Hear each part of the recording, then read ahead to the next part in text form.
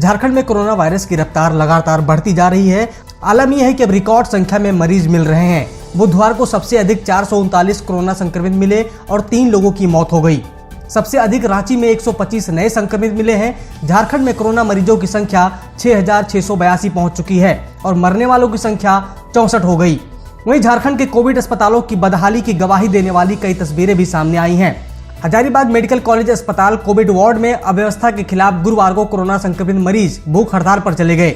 बताया तो ये भी जा रहा है कि कई मरीज कोरोना से संक्रमित नहीं है, फिर भी उन्हें वार्ड में भर्ती कर दिया गया है।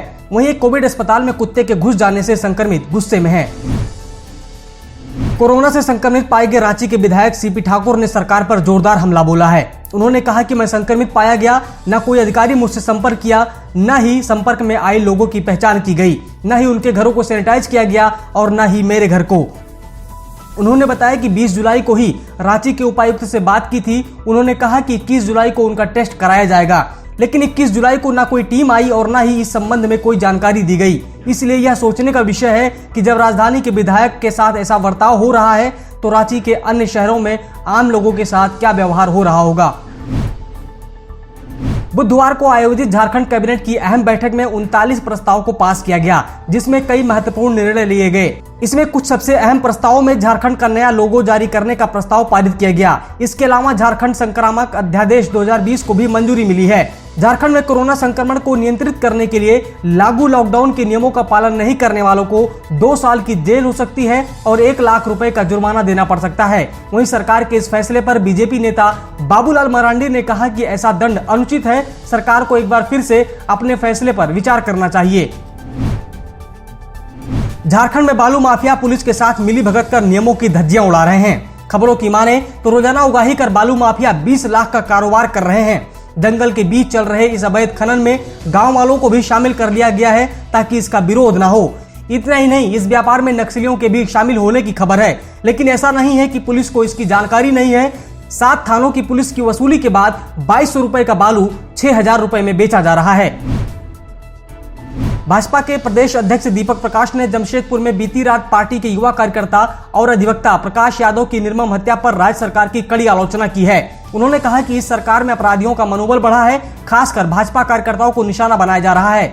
पिछले दिनों लातेहार में जिला महामंत्री की हत्या हुई थी। प्रकाश यादव एक जुझारू कार्यकर्ता थे जो भूमि माफिया के खिलाफ लगातार आवाज उठाते थे। वहीं अधिवक्ता प्रकाश यादव की जघन्य हत्या के विरोध में झारखंड बार काउंसिल के आह्वान पर गुरुवार को धनबाद के 4000 अधिवक्ता ने खुद को न्यायिक कार्यों से अलग रखा। धनबाद कोर्ट में एक भी आवेदन सुनवाई के लिए दाखिल नहीं की गई। कोरोना संक्रमण के फैलाव को देखते हुए झारखंड विधानसभा को 27 जुलाई तक के लिए सील कर दिया गया है। 31 जुलाई तक विधानसभा समितियों की सभी बैठकें स्थगित कर दी गई हैं। कोरोना संक्रमण के मद्देनजर यह फैसला लिया गया है। विधानसभा परिसर को सैनिटाइज करने का आदेश दिया गया। बता दें कि 2 विधायक सीपी सिंह और मथुरा प्रसाद महतो कोरोना से संक्रमित पाए गए हैं। इसके अलावा मंत्री मिथिलेश ठाकुर भी कोरोना से संक्रमित हो गए थे, लेकिन वे 2 दिन पूर्व ही स्वस्थ होकर वापस घर लौट चुके हैं।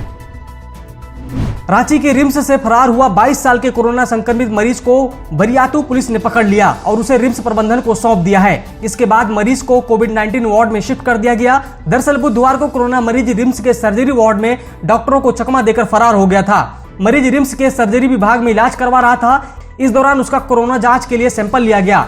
मंगलवार की रात रिपोर्ट पॉजिटिव आने की जानकारी के बाद अगले दिन ही मरीज रिम्स से फरार हो गया था। झारखंड में एक बार फिर से मानसून सक्रिय हो गया है और राज्य के करीब हर जिले में गुरुवार को गर्जन के साथ बारिश की संभावना है। सिमडेगा में सुबह से ही हल्के से मध्यम बारिश दर्ज की गई। वहीं मौसम विभाग ने रांची, लातेहार, पलामू, गुमला, दुमका, जामताड़ा समेत करीब सभी जिलों में बारिश की संभावना व्यक्त की है। इधर मौसम विभाग की माने तो 24 जुलाई यानी कि शुक्रवार को भी तकरीबन सभी जिलों में गर्जन के साथ हल्के से मध्यम दर्जे की बारिश होने की संभावना है। वहीं लातेहार में पिछले 2 दिनों से हो रही लगातार बारिश से कई नदियों का जलस्तर बढ़ गया है।